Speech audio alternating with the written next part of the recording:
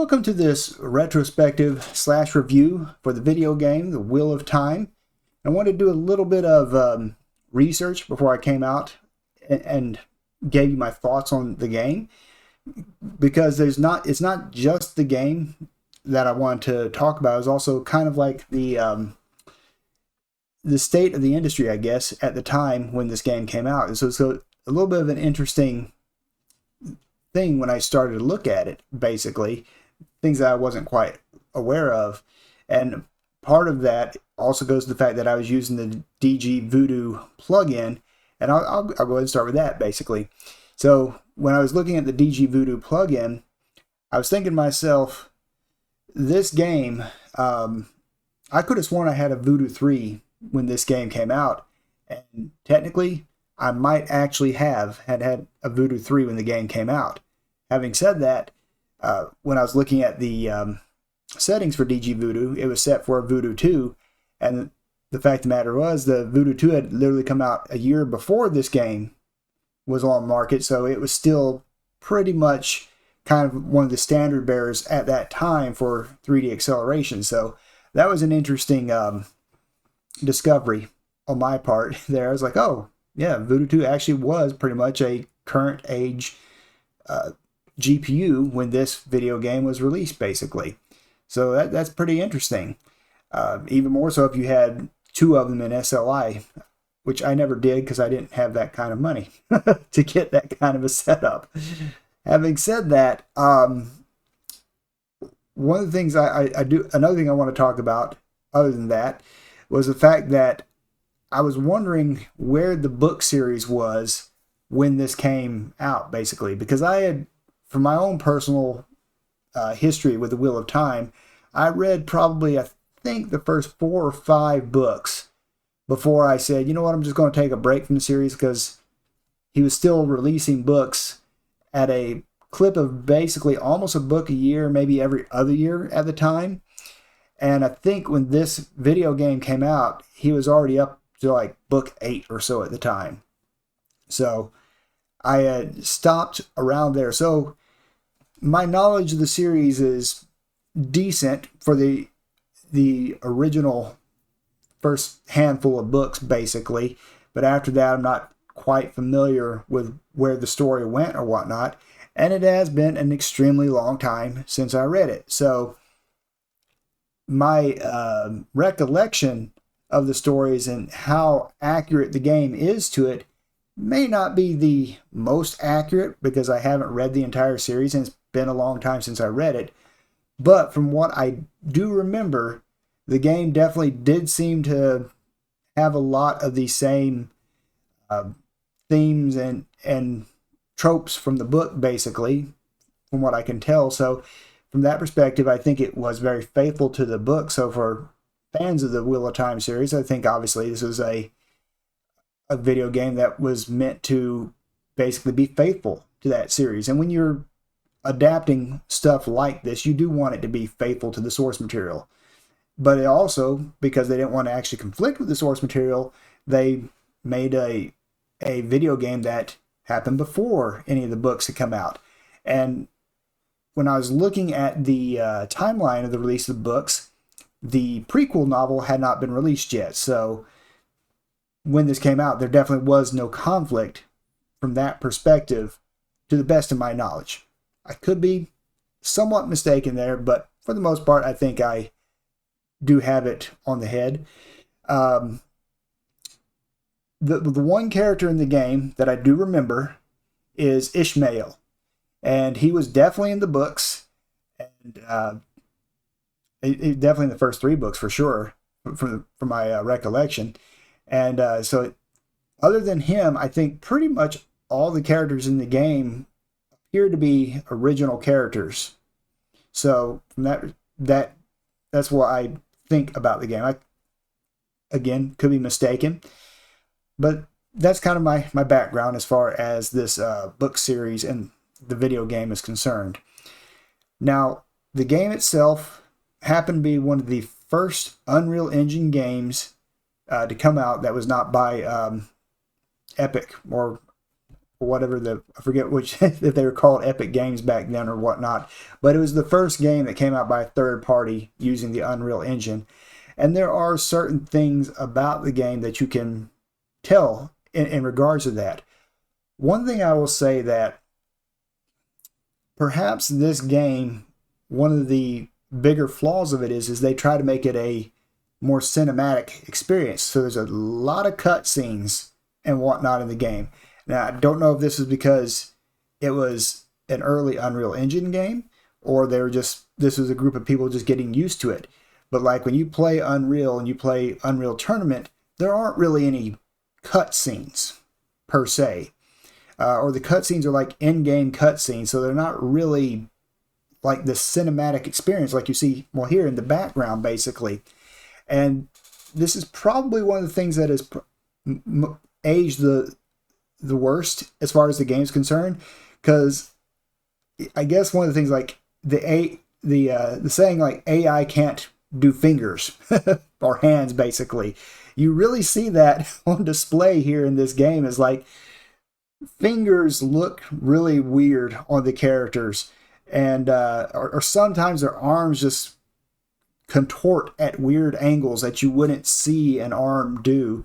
And so from that perspective, the cutscenes, it's nice that there are so many cutscenes and that they do push the story forward, basically, but that early CGI rendering and whatnot, it doesn't really hold up the best.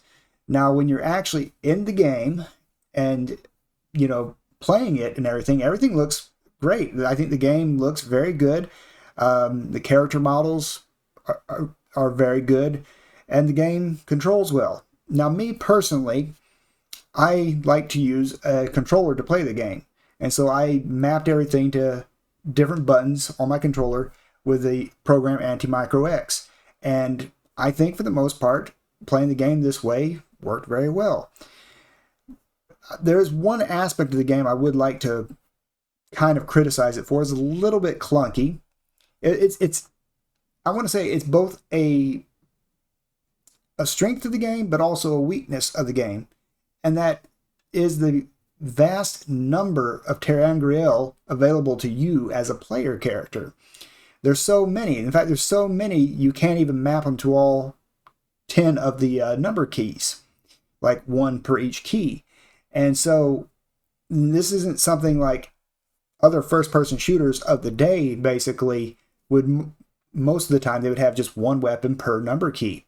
So even if I was playing with a mouse and keyboard setup, it's one of those things that would be a little bit clunky in the fact that you would have multiple spells tied to the same number, and you'd have to hit the number multiple times to cycle through.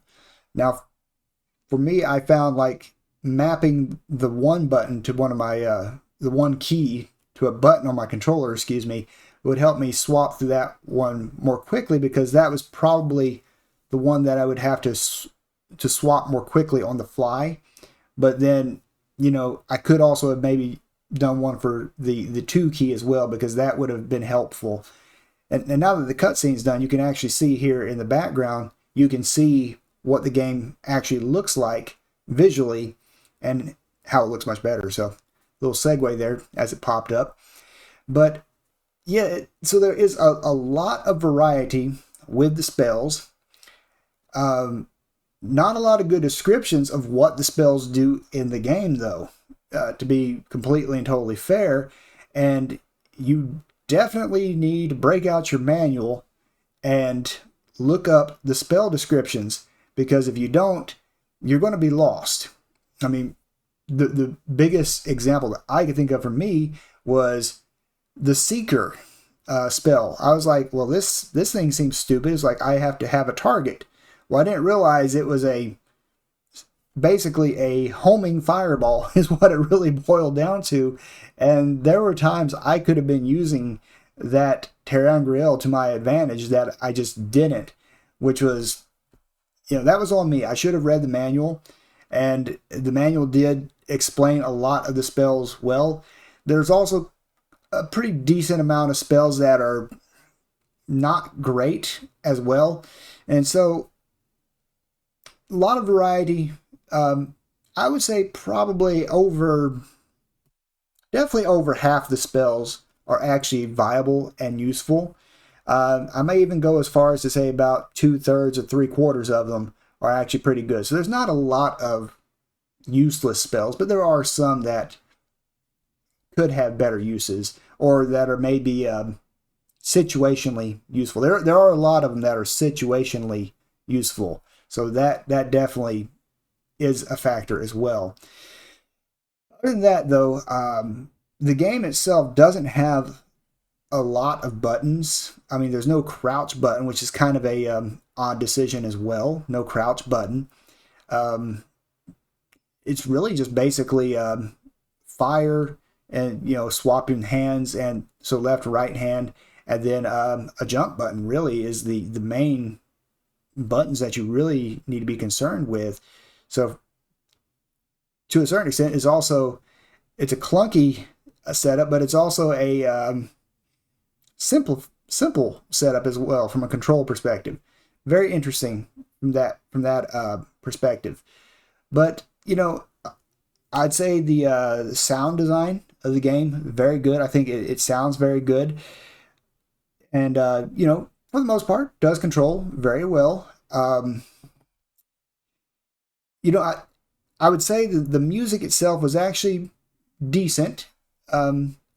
It it was very interesting though. Like at the very towards the end of the game, like some of the music that was in there was actually probably better than it had any right to be. Because I mean, the music prior to that was very much more atmospheric, but then all of a sudden it kind of had a bit of a almost heavy metal type feel to it there for the final.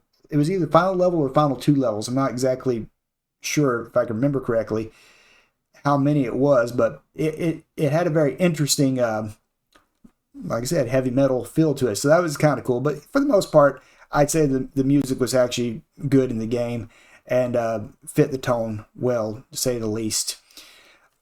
So yeah, all that aside, you have to talk about the graphics. I think they still hold up pretty well. Obviously, a little bit blocky because this is from the late '90s. Right there on the verge of the early 2000s as well. So a bit blocky, but for the most part, still holds up to this day. I think it doesn't. It's not a detraction as much as the cutscenes were. So the most recent Unreal game that I played was last year. I played Undying, Clive Barker's Undying. I think I played Unreal and Unreal Tournament last year as well. I could be mistaken. But compared to Undying, since I know that was the last one I played, this game is definitely nowhere near as frustrating as that one was. There were a couple of moments where, it was challenging, but I wouldn't say it was frustrating. So it wasn't like an unfair setup. Though a lot of the enemies did rely on jumping out at you because they would hide in corners, and all of a sudden now you're getting attacked.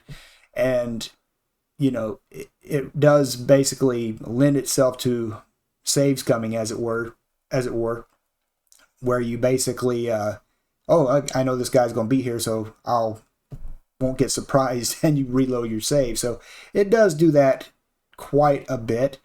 And one thing I will say, that the final level of the game was somewhat disappointing, truthfully, in my opinion, because for the most part, you could probably avoid all the bosses that were guarding the seals.